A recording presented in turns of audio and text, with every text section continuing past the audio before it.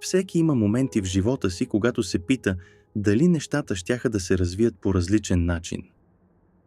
Ако беше направил различен избор, което вероятно прави тази история, която анализира две паралелни сюжетни линии едновременно, толкова завладяваща. Look Both Ways разказва историята на млад аниматор на име Натали, използвайки предпоставката два маршрута, разминаващи се в жълтото дърво. Освен, че има уреден живот за следващите 5 години, тя знае точно какво желае и кога иска то да й се сбъдне. Натали иска да се установи в Лос-Анджелис с най-добрия си приятел, след като завърши колеж. Планът й започва с преместването й в Лос-Анджелис, за да се утвърди като творчески аниматор.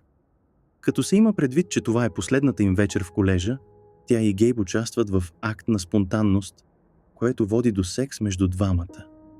Това кара Натали да си направи тест за бременност, докато празненството за дипломирането бушува навън. Тя е загрижена за резултатите, тъй като всичките й стремежи и мечти зависят от този решаващ момент.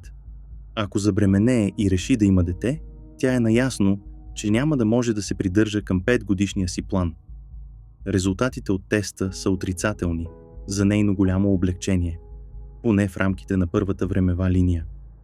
Но втората времева линия променя нещата и показва какво би се случило, ако получи положителен резултат. Когато тестът е положителен в алтернативната времева линия, Натали е принудена да се откаже от плановете си и да пренастрои живота си, за да направи място за дете след кратък разговор с Гейб. Когато се завръща у дома, майка и баща й са шокирани, че собствените им планове вече са нарушени. Но в крайна сметка те се успокояват и позволяват на Натали да остане с тях, докато й помагат с новороденото. Гейб продължава да участва и поема своя дял от отговорността. Междувременно, Натали пътува до Лос-Анджелис с най-добрата си приятелка Кара в алтернативната реалност. Тя намира работа със своя идол, Луси, докато поддържа значима връзка с добре изглеждащ продуцент на име Джейк. Тя вярва, че е на прав път, но не знае, че плановете понякога не се получават. И двете времеви линии предполагат, че събитията се развиват за период от 5 години, което интересно се сближава с времевата рамка, която Натали е създала за себе си в рамките на своя 5-годишен план. Тя се появява на точното място в един и същи момент и в двете времеви линии, но с уникални преживявания и подобни уроци. Натали беше разтревожена от докладите от тестовете за бременност, тъй като смяташе, че те могат да провалят плановете й за бъдещето. Въпреки това сме свидетели, че плановете й в крайна сметка се разпадат дори в рамките на времевата линия, когато тя не е бременна. Въпреки че успява да намери работа при своя идол Луси, Натали не може да покаже портфолиото си на шефа си за доста време.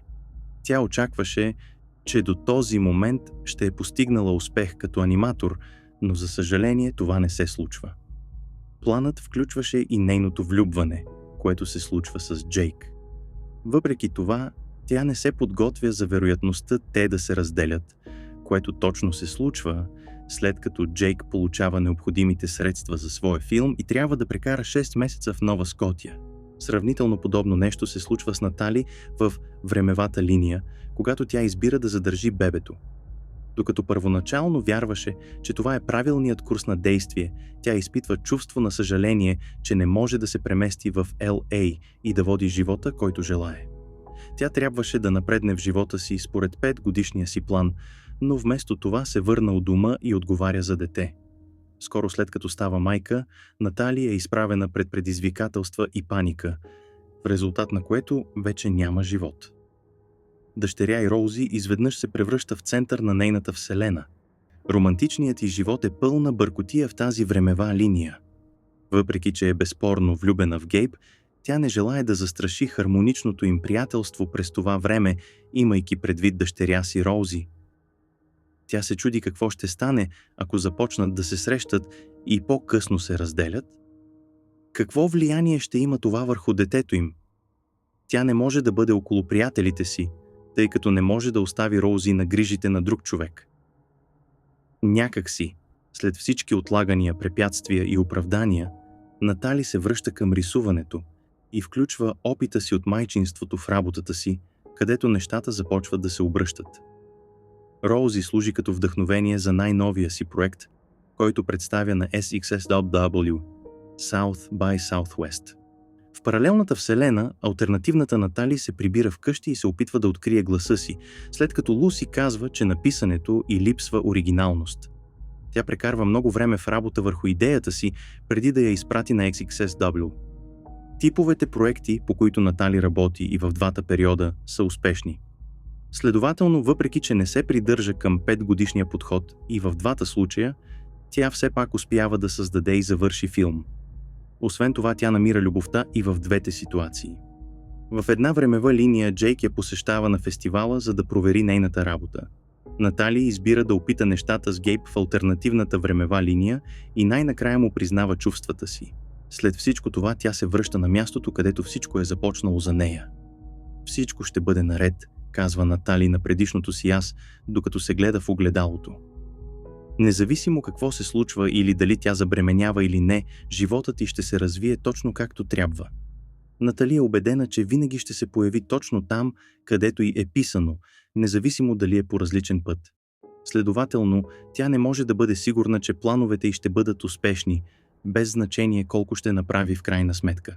Въпреки че може да я плаши да избере нещо, което не е очаквала или й е чуждо, ситуациите ще следват собствения си курс и тя ще бъде в състояние да го разбере в крайна сметка.